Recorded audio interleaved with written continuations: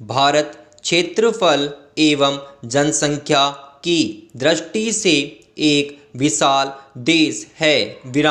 यहाँ विभिन्न राज्यों में अलग अलग भाषाएं बोली जाती है, किंतु जो भाषा संपूर्ण राष्ट्र को एक सूत्र में बांधती है वह है हिंदी।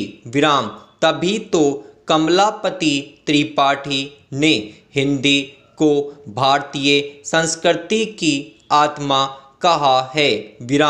निसंदेह विभिन्न कालखंडों के दौरान विदेशी आक्रमणकारियों के यहाँ आने और आकर बस जाने से हिंदी भाषा को समृद्ध होने का अवसर मिला।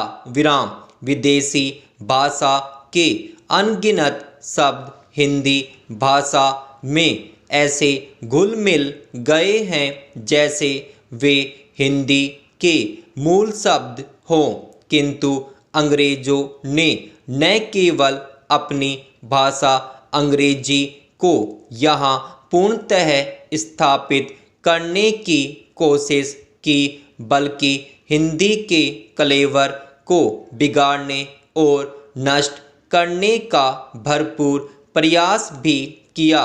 पैराचेंज फलस्वरूप भारत में दिनों दिन अंग्रेजी भाषा का वर्चस्व बढ़ता चला गया। धीरे धीरे भारतीयों के मन मस्तिष्क में यह बात बिठा दी गई कि बिना अंग्रेजी भाषा को आत्मसात किए वे जीवन में आगे नहीं बढ़ सकते, सफलता की बुलंदियों को नहीं छू सकते। इस प्रकार हिंदी को अपने ही देश में अपने अस्तित्व की रक्षा करने के लिए संघर्ष करना पड़ा।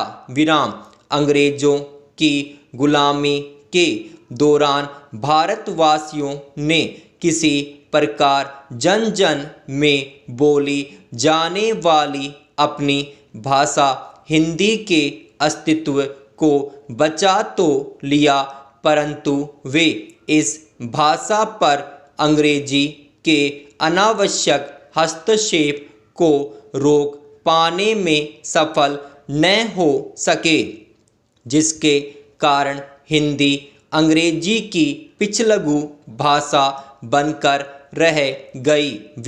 पैराचेंज स्वतंत्रता प्राप्ति के पश्चात हिंदी को राजभाषा का सम्मानजनक दर्जा तो मिल गया, परंतु यह तब भी राजकाज की भाषा न बन सकी।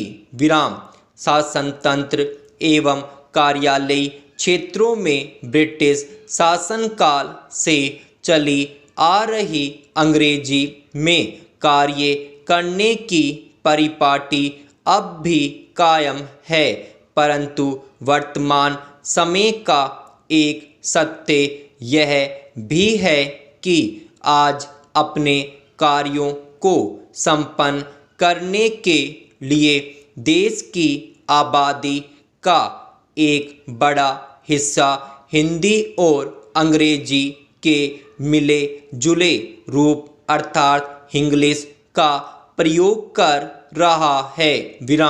हिंदी भाषा बोलते समय अंग्रेजी के शब्दों एवं वाक्यों के बहुतायत में प्रयोग करने की स्थिति में सामान्य बोलचाल की ऐसी भाषा को इंग्लिश नाम दिया गया है।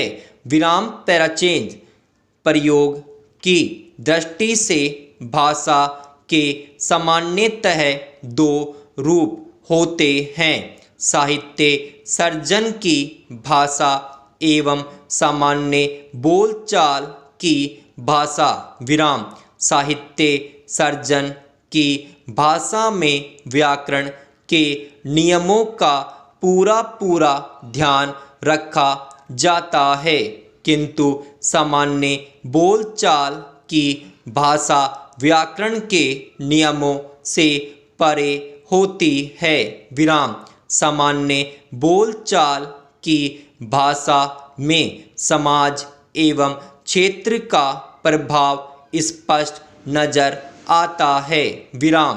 किसी भी भाषा में दूसरी भाषा के शब्दों का प्रयोग इसका एक अच्छा उदाहरण है। विराम। हिंदी में भी कई भाषाओं के विशेष शब्दों का प्रयोग बहुतायत में किया जाता है, जैसे तुर्की, फारसी, उर्दू, पुर्तगाली, अंग्रेजी इत्यादि। विराम।